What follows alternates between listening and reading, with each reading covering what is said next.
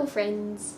I turned 24 this past week and I thought I would make kind of a checklist to show you how I'm doing against other 24-year-olds and what the average 24-year-old is doing right now. While I was Googling it, I found that there were 4 basic categories that other people had Googled for average 24-year-old.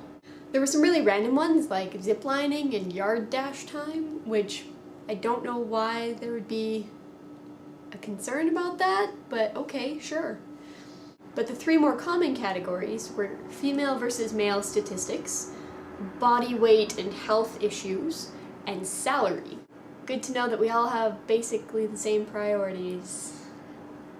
As far as I could tell when I was Googling this, the average 24-year-old is concerned about 4 things when it comes to their health: their weight, their blood pressure, their heart rate, and their penile length, which I'm not too worried about personally, but I guess I could see how, I don't know, about 50% of the population might have curiosity, I guess, about that. Personally, I don't feel too concerned about my health because it's been pretty good so far. So I go running occasionally, but otherwise I don't really feel the need to do a lot to keep up my health.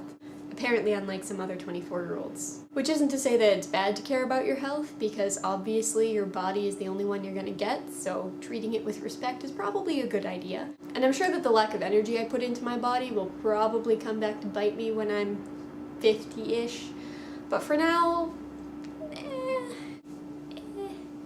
When it comes to money though, I can see how people are a little more invested in what the average is and how they compare. I actually found a document published by the Canadian government based on 2008 figures that plainly showed the disparities between men and women at various age groups and how their general income is not the same. For my current age group, which is 20 to 24, men are making, on average, in a year, $21,000, whereas women are making, on average, $15,000. Which is insane. That is a huge disparity. And this was only comparing people who were working full-time for a full year. How is this possible? Other common searches included things like debt and credit scores and comparisons between countries at this age group of what the common wage is. All of this kind of led to me thinking about why we would need these checklists in the first place.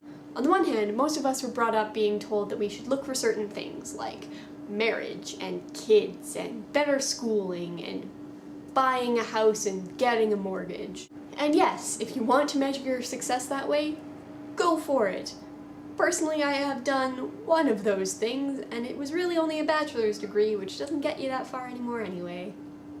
But I'm also pretty content with my life right now, so should I feel like a failure just because I haven't checked these things off the list? Or should I maybe just make a new list? I'm sure lots of you are probably in a similar situation where you've done some of these things, but you're not really sure what your career is, or you're not really ready to settle down in a marriage yet, or you maybe haven't even met a person you would want to marry, and that's okay. It's okay.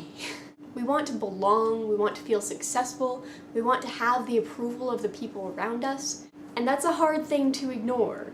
But personally, my goal for the age of 24 is to ignore the average and just focus on being happy. If you have any thoughts on the money, health, and gender disparity issues that I was looking at before, definitely let me know in the comments. I'd also love to hear from you if you have any thoughts on that urge we get to check things off a list, or even if you have any thoughts on just being 24. I would love to hear from you all, so let me know down below. And otherwise, feel free to like and subscribe, and I will see you next week. Bye!